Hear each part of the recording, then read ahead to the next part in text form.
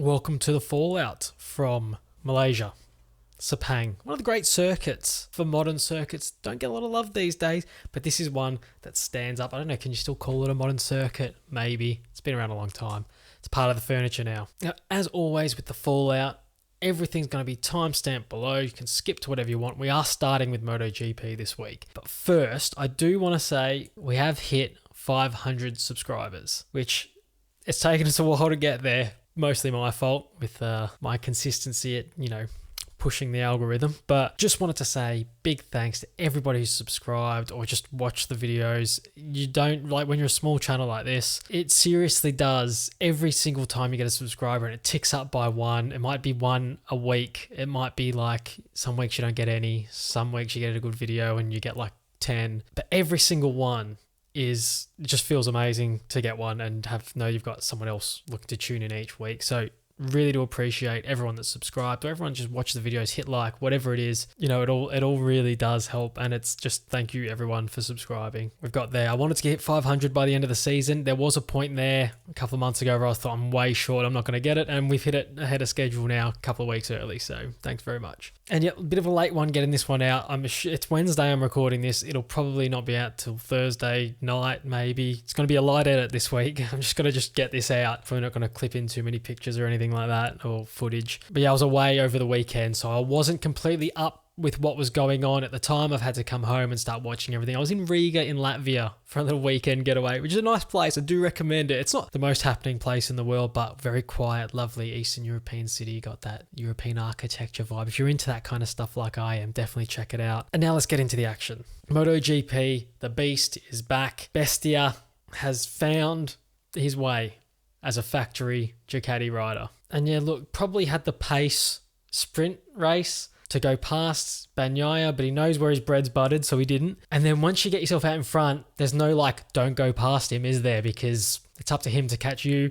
So on Sunday, just cracks on. And I tell you what, it was, I'd say the best year of old, but it almost wasn't, because in the past we've seen him win races when he was at Gresini, where he would sort of keep that pace he was always good on the tyres, and then he could explode late in the race.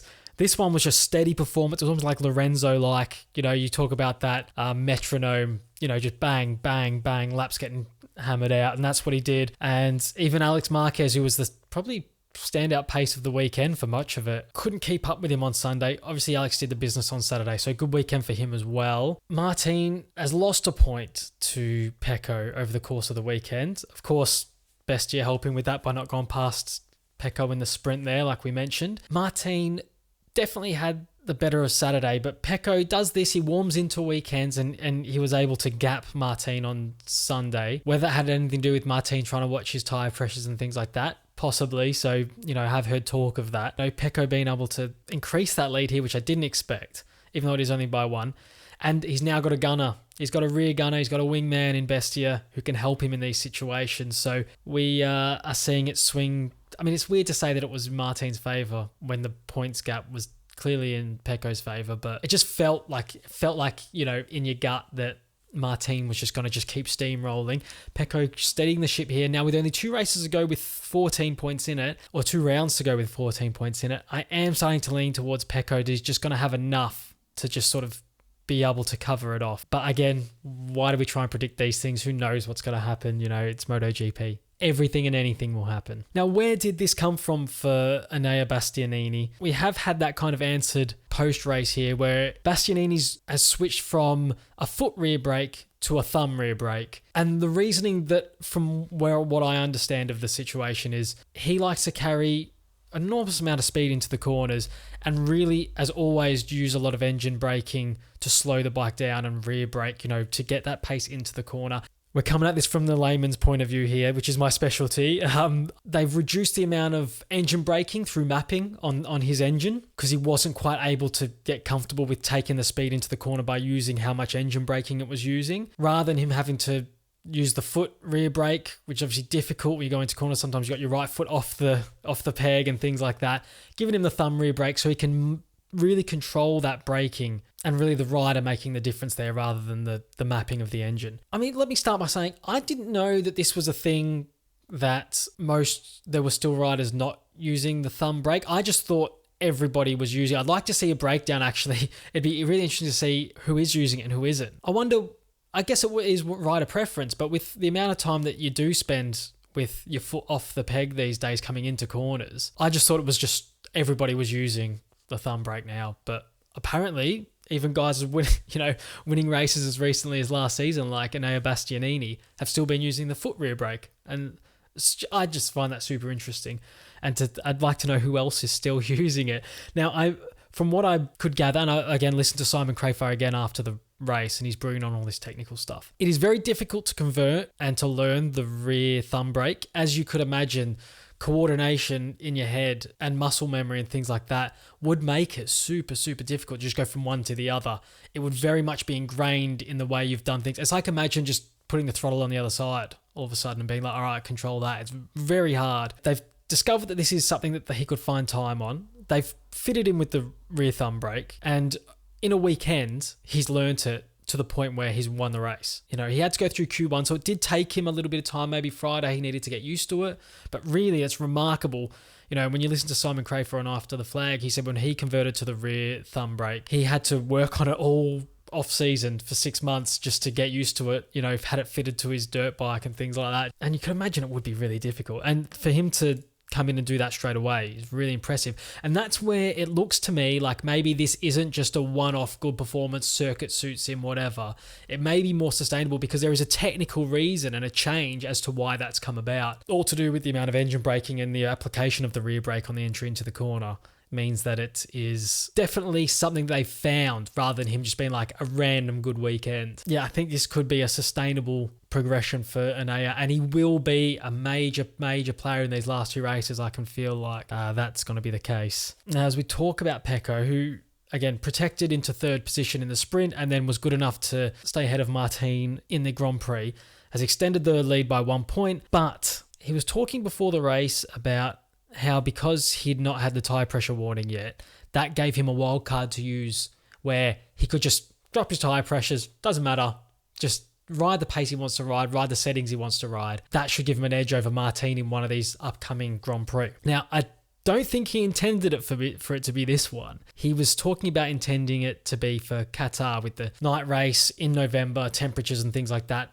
Thought he could get an advantage by running the lower pressures there. He has been picked up and warned over his tyre pressures. So now they're both level. So Martin and Pecco both level on tyre pressures. So I guess that evens it up going into the last two rounds. Now there is still this hanging over us that this could have a say in the championship with 3-second penalty coming in over the one of the next two Grand Prix. Aleix Espargaro has come out and said he thinks it's going to ruin the championship. Now, I don't think I'm going to be that dramatic about it. I don't know if it will. I think they'll both safely run themselves above the limit and then best man wins kind of thing. I don't think either team's going to risk dropping below here, but it does affect how they ride, as you saw with how Martin had to back off in this one, whether he was backing off or not, or if he just didn't have the pace. I mean, you'd have to be on the inside to know that, but it seemed like he was pulling out on the straights and stuff like that to just cool tires down and things like that. So, and instead of trying to get in the slipstream and keep up, it does look like it can affect the way they ride. It'd be so important now to get yourself on the front row and away from the front and in some clean air. And we're all level now between the two of them, tire pressure rulings and things like that. It's just best man wins. So it is a shame though that we do have to talk about tire pressures all the time. Now, as we get away from this sort of on-track stuff, the final piece in the puzzle, the final bit of business that needs to be done is HRC needs a rider for next season, and they do not have one. Now, in the run-in to Malaysia, the word was that Honda was eyeing up Fermin Aldeguer as like bringing this like young, fresh talent. He's got all the makings to sort of be a top MotoGP rider if you look at it the way he's looking at the moment. Of course, very young guy still, but showing a lot of potential. Now, it was all messy where he was saying he was talking to him. Honda was saying they weren't talking to him. It was all a bit, But basically what's come to light since we got to the end of this Grand Prix weekend is that Repsol Honda leading target now is Luca Marini. Now, I don't mind this. I mean, if you're coming at this from like either side, I think it's probably a good move for both. I think from where Honda is in this position, it's almost a best case scenario because anyone really top tier that you want to bring in are not going to want to go. They can say they want to bring in Martin. They're not going to go. They're on the best bike and they're title contenders. they're staying put. Your other option is to go for a rookie like Fermin, and whether that helps you with bike development, I don't know. Maybe they could learn off each other, who knows, or a fresh approach might be okay, but that's a risky route to take. Luca Marini, you do have someone with MotoGP experience. You're getting someone from Ducati who knows the Ducati inside out and can pass that knowledge on to you. A bit like KTM bringing in Miller and looking at Miller and going, that's what we need. You've got a guy who knows what makes the Ducati good, and he's going to get on the Honda and know what doesn't make that good. And you're luring a guy who will be inclined to want to accept this deal because it is a deal. At the end of the day, wherever Honda's at the moment, it is the biggest team in MotoGP, kind of historically. So a lot of prestige that goes along with it.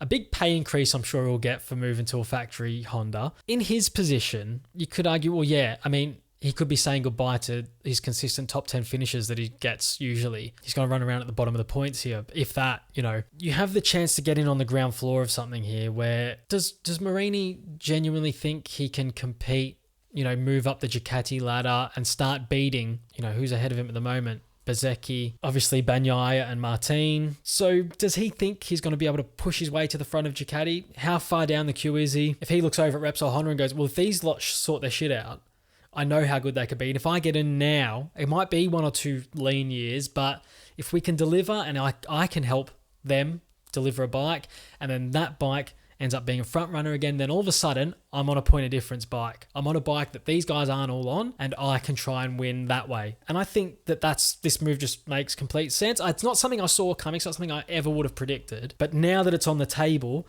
it looks like a good move for both parties. And I look forward to seeing him on it. I really like Luca Marini. I think he's brilliant. And I really do think he would offer something to Honda and them to him. So a win all round for everyone. And that, of course, would open up a seat at VR46.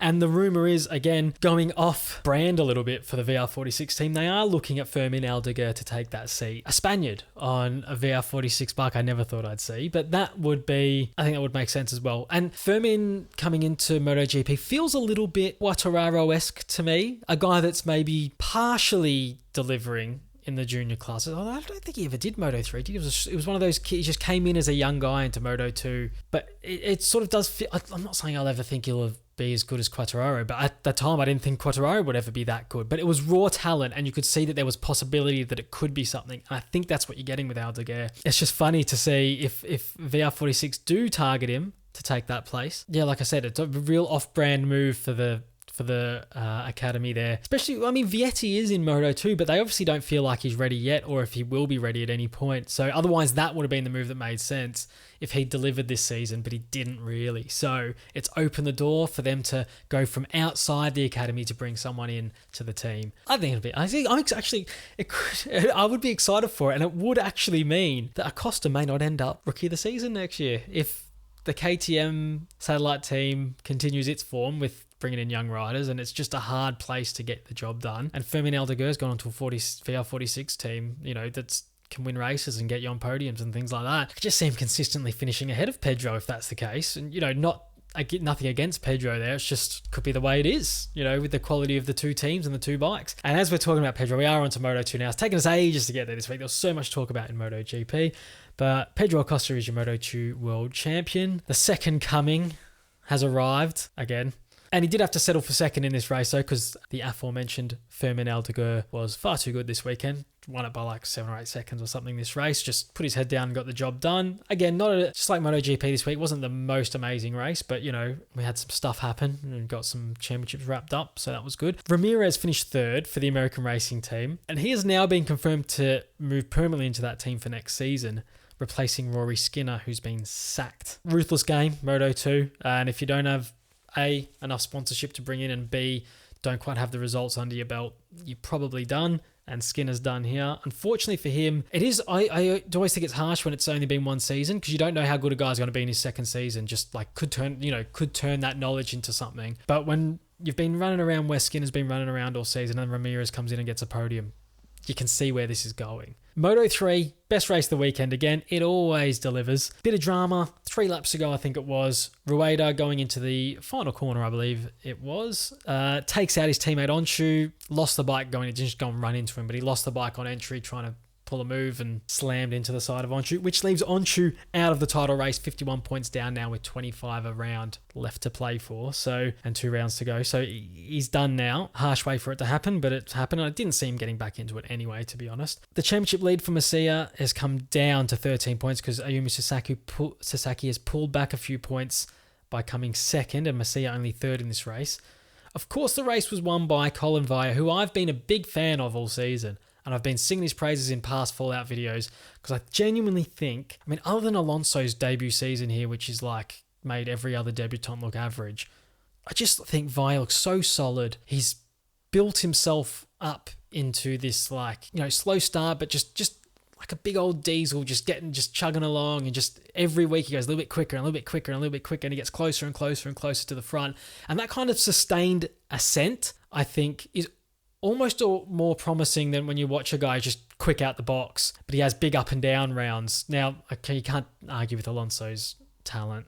He probably will be the standout rider of this class coming through. But Colin Vaya looks like the kind of kid who can really work things out on his own and just get going and just get better and better every week. And I still really think I like the look of him. I really can't wait to see him in Moto2 already, to be honest. He's a bigger guy as well, so at a disadvantage there in Moto3. So I really can't wait to see how his career pans out because I really like the kid. I really do like the kid. So Sasaki's still in the race, obviously 13 points down. He will need to win a race. He will absolutely need to win a race of the last 2 if he wants to stand any chance of making up those points. Unless, of course, Masia, the worst should happen and he completely crashes out of one of the Grand Prix. But Olgado and Alonso, 41 points off the lead, can still win it, like I said, with 50 points still available. But I just can't see it happening, to be honest. So that's where we are.